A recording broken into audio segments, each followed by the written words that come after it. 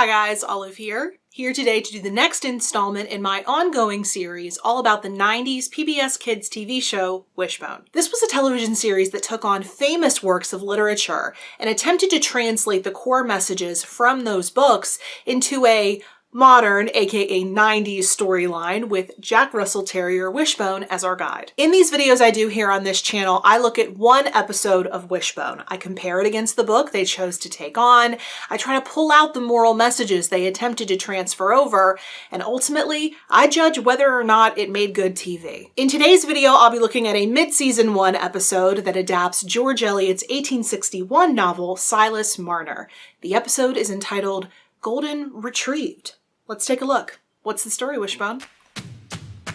What's the story, Wishbone? What's this you're dreaming of? When this episode begins, Wishbone's owner Joe is hard at work polishing a very good-looking bike. Wishbone is a little bit starved for attention. He wants to make what Joe is doing his business, but Joe is having none of it. The dog isn't the only one Joe's ignoring, though. His friends Sam and David swing by, looking for Joe to hang out with them in some capacity. But Joe turns down the offer because it turns out that bike he's paying all the attention to is a shiny new thing. He's been working hard these past few weeks, barely seeing his friends or even spending time with Wishbone to be able to save up for it. And now, all he wants to do is give it a whirl in the park. It's at this point that Wishbone introduces the novel and its hero, the weaver Silas Marner. Just like Joe, Silas similarly ghosts the people of the town. Basically, all he does is work. No one ever sees him. There are rumors in the local tavern that not only is this guy a bit odd, but also that he has a whole lot of money stashed somewhere in his house because he works so much. This catches the attention of one of the Cass brothers, Dunstan, noticeably better dressed than anybody else in the place, who might just need that money to pay back his father after blowing all of his brother's money on gambling. But we're also shown that those rumors are in fact true, and that Silas gleefully counts his massive stockpile of gold every single night, and he keeps it in a secret hiding spot in his fireplace. Back in the real-life storyline, Joe gets coerced into taking Wishbone along on that hotly anticipated bike ride by his mother, who lays on the guilt that he's been ignoring his own dog for weeks. But on the bike ride with Wishbone trailing behind, Joe isn't able to use his bike like he really wants to.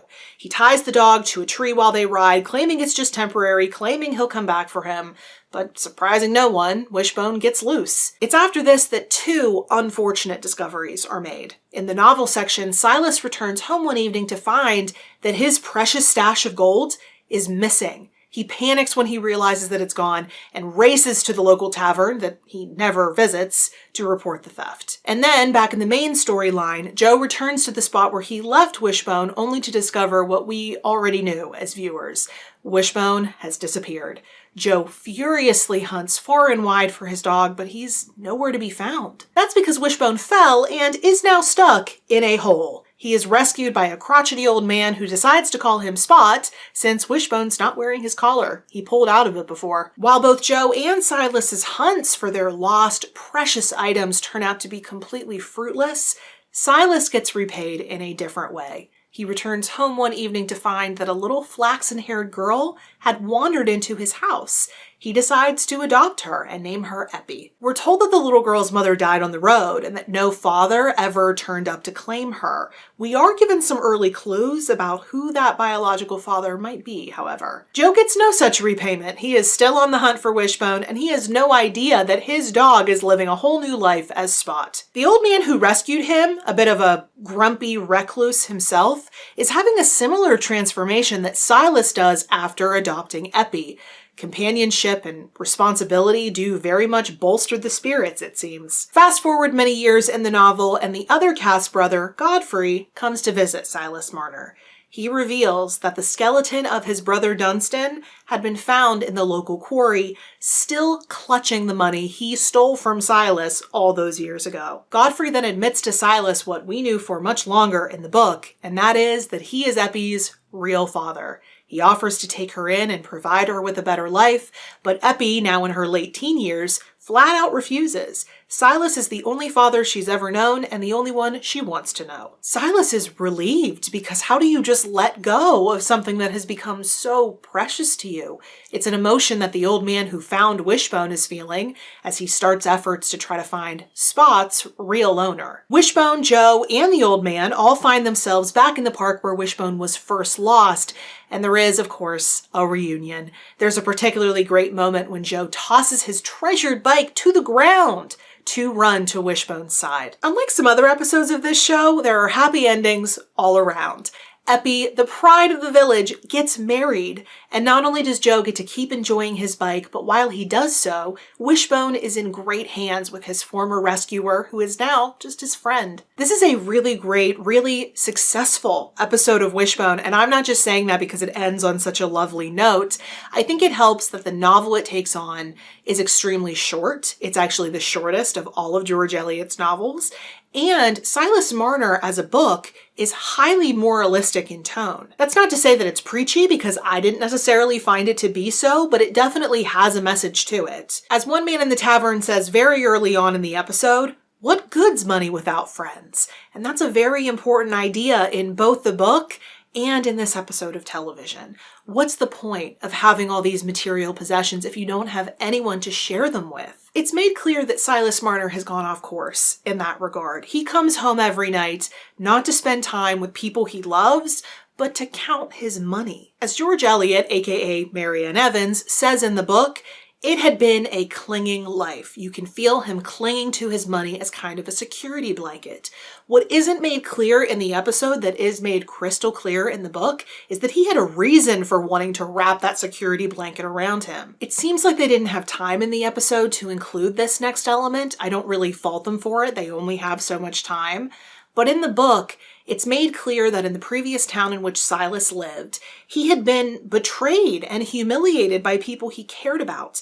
So you can tell when he moved to his new town, he turned away from forming close relationships with people because that's how he got hurt before. You can't blame him for it, but you can also see that he is blind to the fact that he's missing out on so much out of life by turning away from people. I think they also wanted to highlight what George Eliot seemed to be saying about fathers in this book. I personally think she was saying fathers are as fathers do. I think any kid, or really anyone in general who watches this episode, will agree with George Eliot on this one. Godfrey may have fathered Eppie, but Silas is the one who parented her. And I think that translates really well into a lesson about pet ownership for Joe, and therefore for the young audience. By being flippant about his responsibilities as a dog owner, he very nearly lost his dog. If you are a responsible pet owner, then you act like one. You step up, you take care of him, you spend time with him. Otherwise, who are you to him? Beyond the omission of Silas's past, I think this episode was the most faithful to the book of any Wishbone episode I have seen thus far.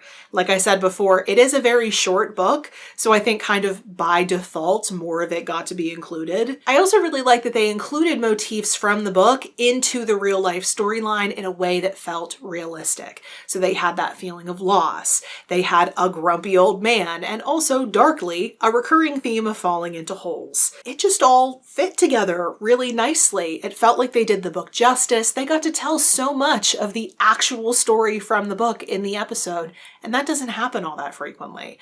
And they also pull the moral messages directly from the book. So all of George Eliot's messages in that book were told in this episode of Wishbone. This might be the most successful episode I have seen yet. So that's it for this installment of What's the Story Wishbone. If you have any comments or questions about anything you've seen in this video or about anything in general, please feel free to put that in the comment section below. But if you'd prefer to find me somewhere other than YouTube, I am on a variety of different places on social media, and the links to all of my profiles will be in the description box below. Thank you so much for watching. I hope you are having a wonderful day, and I will see you in the next video.